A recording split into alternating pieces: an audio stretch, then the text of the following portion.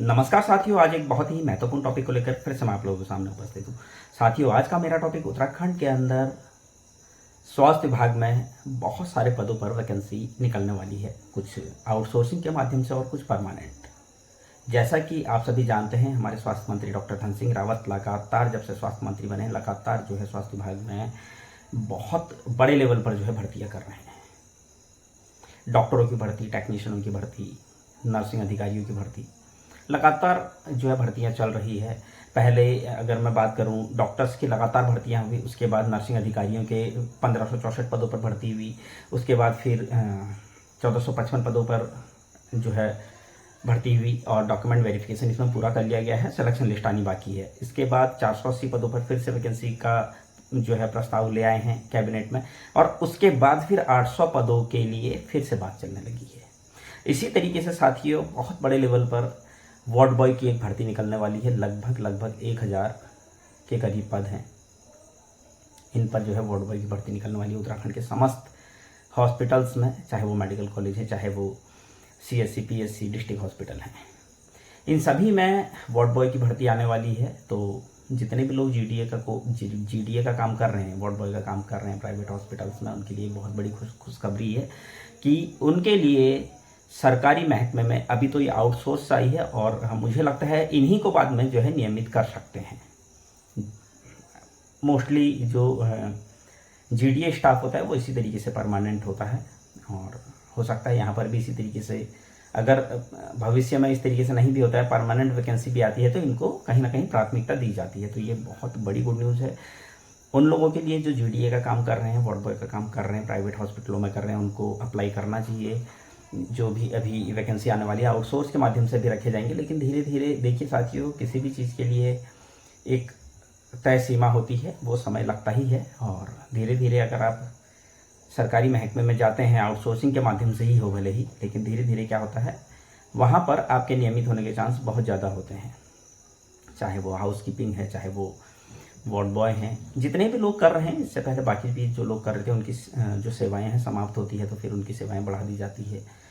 धीरे धीरे उनकी सेवाएं बढ़ती जा रही है। कहीं ना कहीं सरकार क्या करती है, किसी को भी घर नहीं बिठाती।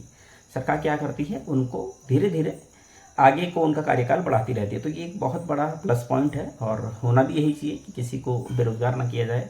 जिस तरीके से सरकार भी लगातार जितने भी आउटसोर्सिंग के माध्यम से काम कर रहे हैं उनका कार्यकाल बढ़ा रही है, किसी न किसी नई कंपनी को हर साल कॉन्ट्रैक्ट दे देती है, तो ये बहुत अच्छी बात है। इसी तरीके से टेक्नीशियनों की भी भर्ती चल भी रही है और आने भी वाली है लगातार, क्योंकि हमारे स्वास्थ्य मंत्री जी ने कई मंचों से कह दिया है कि टेक्नीशियन, चाहे वो लैब टेक्नीशियन है, चाहे एक्सरे टेक्नीशियन है, जितने भी पद मेडिकल कॉलेज में रिक्त हैं, उन पदों को जल्द से जल्द, शीघ्र से शीघ्र, अतिशीघ्र भर दिया जाएगा। तत्काल प्रभाव से उन पदों को भरा जाएगा। नर्सिंग अधिकारियों के पदों को भरा जा रहा है और डॉक्टर्स के पदों को भरा जा चुका है। अभी जो पद खाली हैं उन पर भी जो है कार्य चल रहा है। तो कहीं ना कहीं स्वास्थ्य विभाग को एक बहुत मजबूती मिलने वाली है। ये बहुत ही अच्छी बात है, और कहीं ना कहीं जो हमारे स्वास्थ्य मंत्री डॉक्टर धन सिंह रावत जी एक बहुत बड़े विजन के साथ काम करें, अच्छी बात है, होना भी चाहिए।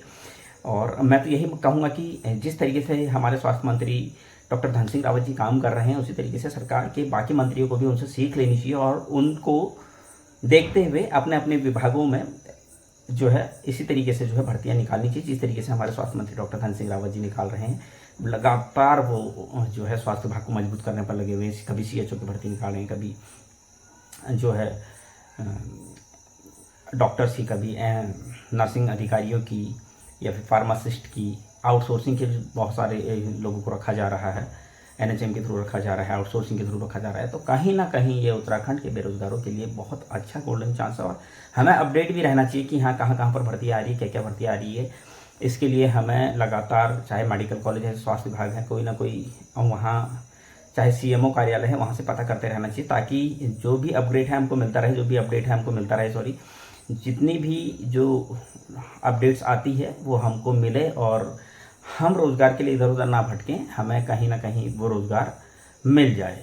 तो साथियों, हमको देखना होगा किस तरीके से जो है हम उन सरकारी विभागों में जा सकते हैं, किस किस तरीके से, क्या क्या क्वालिफ़िकेशन है, वो हमको देखना होगा।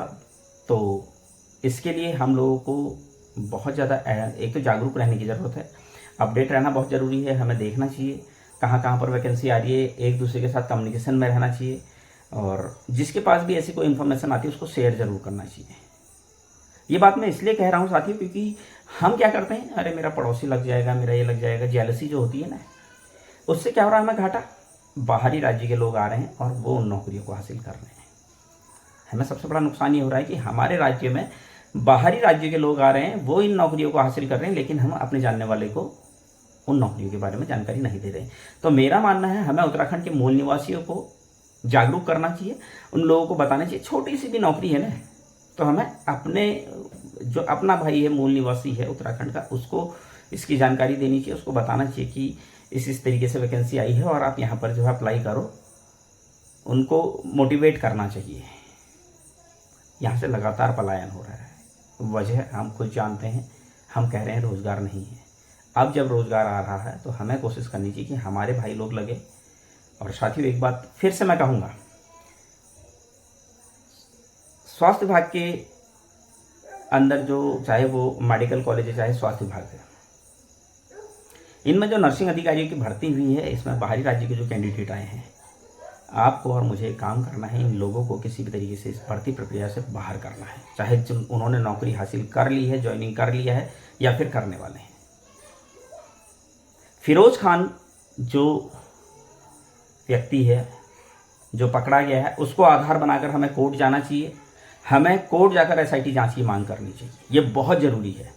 जब तक इस भर्ती प्रक्रिया में, चाहे वो स्वास्थ्य विभाग के 1564 पद हैं, चाहे वो मेडिकल कॉलेज के 1455 पद हैं या फिर आने वाले पद हैं, जब तक हम एसआईटी जांच की मांग नहीं करेंगे, तब तक मैं आपको एक चीज़ बता देता हूं, बाहरी राज्यों के लोगों के हौसले बुलंद रहेंगे, गलत तरीके से इस भर्ती प्रक्रिया में सम्मिलित होते रहेंगे।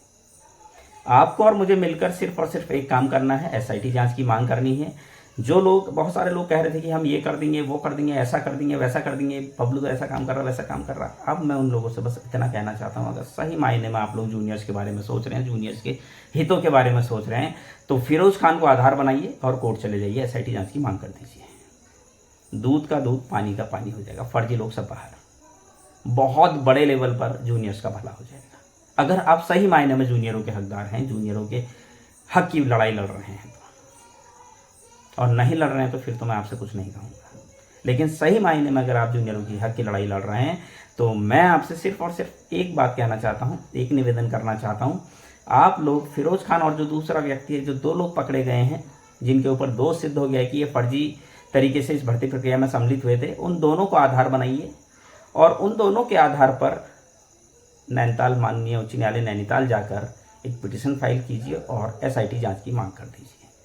स्वास्थ्य विभाग के 1564 पदों पर, यहाँ तो वैसे ही हो जाएगी। इतना सा काम आप कर दीजिए। मैं आपको बता रहा हूँ, एक एक व्यक्ति बेनकाब हो जाएगा जो फर्जी तरीके से इस भर्ती प्रक्रिया में धूल झोंक कर हमारी आंखों में जो आया होगा, या फिर जो ब्यूरोक्रेट्स की आंखों में धूल झोंक के आया होगा, ऐसा हर एक व्यक्ति बेनकाब होगा और सलाखों के पीछे होगा। साथियों एक चीज़ हमें और पता करनी चाहिए, क्या फिरोज खान और जो दूसरा व्यक्ति है वो सलाखों के पीछे गया या नहीं गया? क्योंकि जब फर्जी डॉक्यूमेंट्स सबमिट करके एक आईएएस ऑफिसर, जो फर्जी डॉक्यूमेंट, पूजा खेड़कर का नाम आपने सुना होगा, फर्जी डॉक्यूमेंट्स के आधार पर उन्होंने भी नौकरी हासिल की थी और गलत पाए जाने पर उनको जेल हुई। ऐसी स्थिति में क्या फिरोज खान को जेल हुई या नहीं हुई, और जो दूसरा व्यक्ति उसको जेल हुई या नहीं हुई, और बाकी जो 6 लोग हैं उनके खिलाफ कब तक कार्रवाई चलेगी, कितना समय और लगेगा, ये सब हमें जानना बहुत ज़रूरी है। जब तक हम इन लोगों को बाहर नहीं करेंगे, तब तक हमारे मूल निवासियों का, उत्तराखंड के मूल निवासियों का भला नहीं होगा। इतना याद रखिएगा, हमारा मकसद सिर्फ और सिर्फ उत्तराखंड के मूल निवासियों को रोजगार दिलाना है।